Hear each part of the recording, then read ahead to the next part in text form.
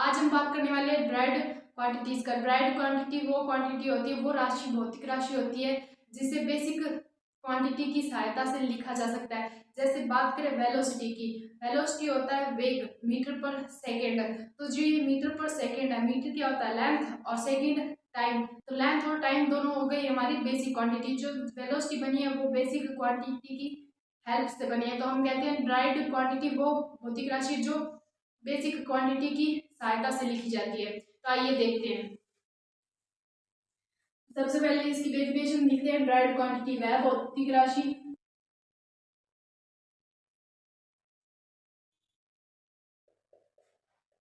जिसे basic quantity की सहायता से लिखा जाता है। क्वांटिटी की सहायता से लिखा जाता है।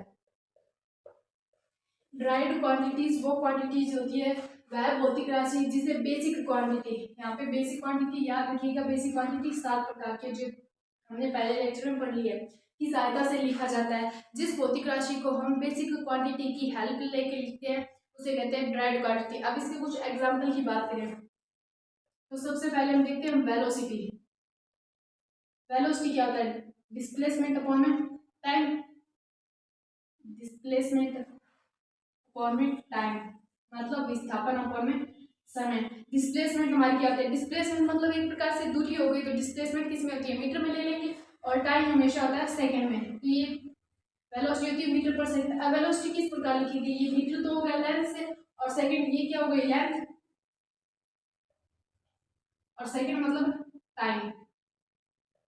लेंथ और सेकंड दोनों बेसिक क्वांटिटी है। तो जो हमने यहाँ पे वेलोसिटी लिखी है जो कि एक ड्राइड क्वांटिटी है, वो किसकी सहायता से लिखी है? Basic quantity. और बेसिक क्वांटिटी 7 प्रकार की होती है जिनमें से हमने सिर्फ 2 यूज की है, लेंथ और टाइम। तो मतलब कह सकते हैं कि लेंथ और टाइम का यूज करके हमने क्या लिखा है? वेलोसिटी। इसी प्रकार एक्सेलरेशन की बात करें, त्वरण, त्वरण की बात करें तो इसमें त्वरण होता है चेंज इन वेलोसिटी अपॉन में टाइम। एक्सेलरेशन होता है चेंज इन वेलोसिटी अपॉन में टाइम। यहाँ पे चेंज इन वेलोसिटी, वेलोसिटी का अभी हमने यूनिट लिखा था मीटर पर सेकेंड, उसे यूज कर लेंगे, और टाइम अपॉन में है तो 1 अपॉन सेकेंड। तो यहाँ पे एक्सेलरेशन की यूनिट बनती है मीटर पर सेकेंड स्क्वायर। यहाँ पे हम देखें तो ये भी लेंथ का यूज किया है और यहाँ पे भी टाइम का यूज किया, मतलब एक्सेलरेशन को भी किस प्रकार लिखा गया है? लेंथ का और टाइम का यूज करके। एक्सेलरेशन की जो यूनिट बन रही है वो भी लेंथ और टाइम की यूनिट यूज करके बन रही है। मतलब जो हमने एक्सेलरेशन वेलोसिटी लिखी है ये सभी ड्राइव्ड क्वांटिटी है। जो ड्राइव्ड क्वांटिटी वह भौतिक राशि जिसे बेसिक क्वांटिटी, जो 7 प्रकार की होती है बेसिक क्वांटिटी, पिछले लेक्चर में हमने बात की थी 7 प्रकार की होती है, उनकी सहायता से उनकी हेल्प लेके लिखते हैं, मतलब उनके फॉर्मेट में लिखा जाता है। जैसे यहाँ पे लेंथ और टाइम हो गया, यहाँ पे लेंथ और टाइम हो गया, यहाँ पे टाइम 2 बार ले लिया सेकंड सेकंड में। आगे देखिए इलेक्ट्रिक फील्ड। 12th में फर्स्ट चैप्टर है इलेक्ट्रिक फील्ड, जिसे ई वेक्टर से शो करते हैं। इसका फॉर्मूला होता है फोर्स अपॉन में चार्ज। जहाँ पे ई वेक्टर, यहाँ पे वेक्टर शो किया क्योंकि जो ये ई है वो एक वेक्टर क्वांटिटी और बल होता है वो भी एक वेक्टर क्वांटिटी होता है, इसलिए हम ऊपर ये एरो का निशान लगाते हैं ये शो करने के लिए कि ये वेक्टर क्वांटिटीज होते हैं। यहाँ पर इसकी यूनिट देखिए तो अब क्या होता है?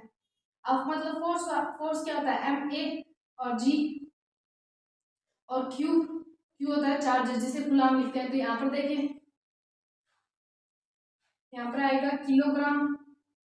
एक्सेलरेशन फोर्स का सूत्र होता है एनएलएम का सेकंड लॉ होता है न्यूटन सेकंड लॉ, एफ बराबर एम ए। तो वहां से हमने सूत्र लिखा एफ बराबर एम ए, मास का होगा किलोग्राम, एक्सेलरेशन का अभी देखा था मीटर पर सेकंड स्क्वायर, और कूलाम को अलग फॉर्मेट में लिखे तो आई इंटू टी में लिखा जाता है। एक सूत्र होता है क्यू बराबर आई इंटू टी। आई मतलब करंट, टी मतलब टाइम, क्यू मतलब चार्ज। तो इसे देखिए तो इसे लिख सकते हैं अपॉन में लिखेंगे एम्पियर इंटू सेकेंड। तो यहाँ पे हमारा वापस ये एक ड्राइव्ड क्वांटिटी है जिसे किसकी सहायता से लिखा है? बेसिक क्वांटिटी की। जो 7 प्रकार की बेसिक क्वांटिटी है उनकी हेल्प लेके लिखा है। यहाँ पे किलोग्राम जो मास का यूज कर रहे हैं, मीटर जो लेंथ का यूज कर रहे हैं, सेकंड जो टाइम का यूज कर रहे हैं, और एम्पियर करंट का यूज कर रहे हैं। तो बेसिकली बेसिक क्वांटिटी जो 7 प्रकार की ज़्यादातर यूज में आने वाली क्वांटिटी होती है, 7 प्रकार की बेसिक क्वांटिटी, ठीक है। और ड्राइड क्वांटिटी वो क्वांटिटी होती है जो बेसिक क्वांटिटी की हेल्प से लिखी जाती है। मतलब dried quantity, velocity, acceleration, electric field, इनकी बात करें तो ये जो हमारी बेसिक क्वांटिटी है उनकी हेल्प से लिखी जाती है। जैसे यहाँ पर देख सकते हो आप, लेंथ और टाइम यूज है, यहाँ पे भी लेंथ और टाइम 2 बार यूज हो गया। यहाँ पे देखिए मास, लेंथ, करंट और टाइम का यूज है। तो बेसिकली ड्राइड क्वांटिटी वो क्वांटिटी होती है जिसे हम बेसिक क्वांटिटी की हेल्प से लिखते हैं। अब हम बात कर रहे हैं सप्लीमेंट्री क्वांटिटी की। देखिए क्वांटिटी मतलब भौतिक राशि 3 प्रकार से डिफाइन किया है। पहले हमने देखी बेसिक क्वांटिटी, दूसरी थी ड्राइड क्वांटिटी और अब तीसरी देख रहे हैं सप्लीमेंट्री। सप्लीमेंट्री क्वांटिटी 2 प्रकार की होती है। फर्स्ट देखें तो प्लेन एंगल और सेकंड देखें तो सॉलिड एंगल। आइए देखते हैं सप्लीमेंट्री क्वांटिटी। फर्स्ट फॉर्मेट होता है इसका प्लेन एंगल, और सेकंड की बात करें दोनों के साथ में बात कर लेते हैं। सेकंड होता है सॉलिड एंगल। एक होता है प्लेन एंगल और दूसरा होता है सॉलिड एंगल। प्लेन एंगल आपने शायद सुना होगा, प्लेन एंगल क्या होता है। यहाँ पर हम बात कर रहे हैं प्लेन एंगल, जैसे ये कोई त्रिभुज टाइप है, मतलब त्रिभुज तो नहीं कह सकते, तीनों तरफ बंद नहीं है, ये सिर्फ 2 ही साइड्स है, ठीक है। जैसे आपने त्रिभुज देखा होगा, जैसे आप इन 2 मार्करों को देखिए, ये 2 मार्कर ऐसे है तो ये इस टाइप से कुछ बना हुआ है, ठीक है। इस टाइप से जो ये फॉर्मेट बना हुआ है, इसमें हम आगे देखते हैं यहाँ पे जो एंगल अब होता है थीटा, प्लेन एंगल की बात कर रहे हैं, ये मार्कर से कुछ ऐसा बना होगा और ये ऐसा ही होगा, एक साइड इसकी खुली होती है। तो यहाँ पर हम बात कर रहे हैं थीटा होता है, ठीक है। यहाँ से r डिस्टेंस पर जाके इस सेंटर से, जो इसका सेंटर है, इसे r डिस्टेंस पर जाके एक चाप काटते हैं। चाप मतलब एक आर्क लेते हैं, और आर्क इसमें प्लेन एंगल में आर्क उतनी लेते हैं जितनी इसके अंदर आ रही है। जैसे ये हमारा जो भी कोण बन गया है प्लेन एंगल में, ये कोई प्लेन एंगल होगा, ठीक है। इसमें जो भी बन गया है, ये जो हमने यहाँ से प्रकार के यहाँ पे आर्क रेडियस पर जो चाप काटा है, जो आर्क काटी है, वो इतना ही भाग लेना है जो इसके अंदर ट्रैप हो रहा है, इसके अंदर फंस रहा है। यहाँ पर हम प्लेन एंगल का सूत्र देखें तो वो होता है थीटा बराबर, प्लेन एंगल लिख लीजिए आप, थीटा से शो कर सकते हैं। प्लेन एंगल बराबर सूत्र देखते हैं तो इसका होता है, जो हमने आर्क ली है वो आर्क का मतलब समझ गए, ये सिर्फ अंदर जो ट्रैप हो रही है ये वाली आर्क अपॉन में जो रेडियस, जितनी रेडियस पर जाके हमने आर्क ली है वो वाली रेडियस, ये होता है प्लेन एंगल। इसी प्रकार सॉलिड एंगल की बात करते हैं तो इसमें कोण होता है इस प्रकार।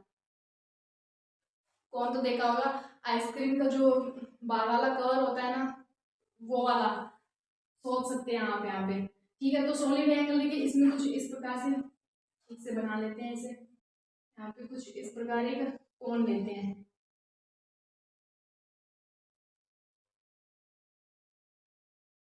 ठीक है। यहाँ पे एक कोण लिया है। सॉलिड एंगल की बात करें, सॉलिड मतलब अंदर से एक खोखला हो सकता है, कुछ हो भी सकता है। यहाँ पर एक कोण लेंगे, और प्लेन का मतलब एक ही प्लेन की बात करिए, यहाँ पर एक से ज्यादा प्लेन होंगे। सॉलिड एंगल की बात करें तो यहाँ पे सेम प्रोसेस है। सबसे पहले यहाँ से r रेडियस पर जाना है और यहाँ पर एक चाप लेना है, मतलब एक आर्क लेनी है, ये जितना आप सोच सकते हैं। एक कोन इस प्रकार होगा, उसके अंदर एक वर्ताकार बनेगा, जैसे आइसक्रीम है, आइसक्रीम होती है, उसमें जो बाहर वाला कवर होता है, उसमें अगर उसे बीच में से काट दे तो एक रिंग बनती जाएगी। जैसे जैसे काटते हैं तो एक रिंग टाइप सा बनता जाएगा। तो यहाँ पर हम जब यहाँ पे काटते हैं, चाप का मतलब तो यही होता है काटना। जब r रेडियस पर जाके हम इसे काटते हैं तो ये अलग से एक रिंग बनेगी, मतलब ये ऐसे होती आएगी। ये थोड़ा साइज में बड़ा बना दिया, आप समझ जाइएगा, ये ऐसे ऐसे होते आएगी। तो यहाँ पे हमने शो किया है इस प्रकार से, ठीक है। तो ये चाप काट दिया। अब सॉलिड एंगल का सूत्र देखें, सॉलिड एंगल एक्चुअली में होता क्या है। तो सॉलिड एंगल बराबर एरिया होता है, रेडियस, एरिया अपॉन में रेडियस, डेल्टा ए से शो कर लेते हैं, डेल्टा ए अपॉन में रेडियस का स्क्वायर, ये होता है सॉलिड एंगल। डेल्टा ए की बात करें तो डेल्टा ए होता है area of part of sphere, area of part of sphere trap in the cone, trap in the cone. यहाँ पर बात कर रहे हैं डेल्टा ए की। सबसे पहले आइसक्रीम का जो फ्लेवर होता है, या फिर एक कोन सोच लीजिए, कोन शंकु तो जानते होंगे आप, उसको इमेजिन कीजिए और उसको ना एक r रेडियस पे जाके आर रेडियस मान लीजिए, इतनी रेडियस पर जाके उसको कट करना है। कट करेगा तो एक रिंग बनेगी, उस रिंग का एरिया लेना है हमने। यहाँ पे लिखा है कि डेल्टा ए क्या है, area of part of sphere, जो स्फीयर बन रहा है, जो गोला बन रहा है, उस स्फीयर का वो पार्ट का एरिया लेना है जो अंदर कोन के अंदर फंसा हुआ है। तो ये जितना फंसा हुआ है एरिया तो इतना बनेगा, जितना फंसा हुआ है अंदर, इसके अंदर जितना इस कोन के अंदर ट्रैप है उतना ही एरिया लेना है। सॉलिड एंगल होता है डेल्टा ए अपॉन में रेडियस स्क्वायर, जितनी रेडियस पर ले रहे हैं उसका स्क्वायर कर देना है।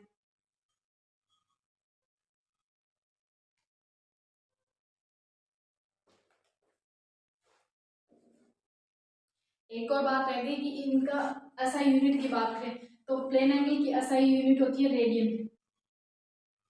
रेडियन से शो करते हैं। एसआई यूनिट समझते हो? यूनिट का क्या काम होता है, किसी चीज को बताना। जैसे मास होता है, द्रव्यमान होता है, उसे किलोग्राम में शो करते हैं, उसी प्रकार इसकी यूनिट होती है एसआई यूनिट। लिख लीजिएगा, इसकी एसआई यूनिट होती है रेडियन। और सॉलिड एंगल की इसकी एसआई यूनिट होती है स्टेरेडियन। प्लेन एंगल की रेडियन और सॉलिड एंगल की होती है स्टेरेडियन।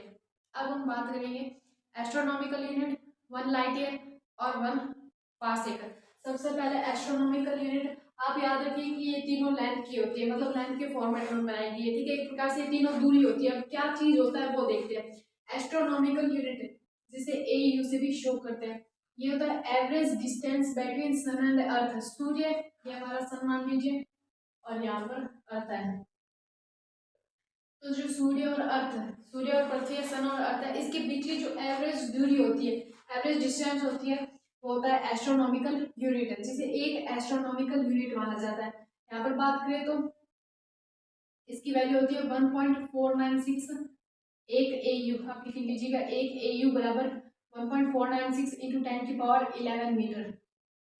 सूर्य और अर्थ, पृथ्वी और सूर्य के बीच की जो दूरी होती है वो होती है 1.496 इंटू 10⁻11 मीटर। इसी प्रकार 1 लाइट ईयर देखें तो ये तीनों याद रखिएगा, दूरी की एक प्रकार से दूरी बताती है तीनों, ठीक है। 1 लाइट ईयर देखें तो distance travelled by light in vacuum in 1 year. Vacuum का मतलब होता है निर्वात, जहाँ पर वायु नहीं होती उसे वैक्यूम कहा जाता है। तो distance travelled by light in vacuum in 1 year, मतलब लाइट द्वारा जो हमारा प्रकाश होता है, सूर्य से आने वाला प्रकाश मान सकते हैं, जो प्रकाश होता है एक साल में, वैक्यूम होता है, निर्वात होता है, एक साल में वैक्यूम में निर्वात में जितनी दूरी तय करता है, मान लीजिए यहाँ पे निर्वात है, ये इतना निर्वात है, ठीक है। तो ये जो लाइट आ रही है वो एक साल में इस निर्वात में जितनी दूरी तय करेगी, जो ये मीडियम होता है, माध्यम होता है निर्वात, इसमें एक साल में ये लाइट जितनी दूरी तय करती है उस लाइट को बोला जाता है 1 लाइट ईयर। आगे बात करते हैं 1 पार्सेक। तो 1 पार्सेक होता है 3.08 इंटू 10⁻16 मीटर। इसका सीधा आप याद रख सकते हैं, 1 पार्सेक हो गया 3.08 इंटू 10⁻16 मीटर। 1 लाइट ईयर होता है distance travelled by light in vacuum in 1 year. एक साल में जो प्रकाश है वो वैक्यूम में कितनी दूरी तय करता है। और एस्ट्रोनॉमिकल यूनिट होती है 1.496 इंटू 10⁻11 मीटर। 1.496 इंटू 10⁻11 मीटर, जो कि होता है सूर्य और पृथ्वी के बीच की एवरेज डिस्टेंस। ऐसा ही परफिक्स की जो बेसिकली यूज आ जाते हैं न्यूमेरिकल करेंस और उनमें भी यूज आता है, जैसे माइक्रो, नैनो, आपने सुना ही होगा।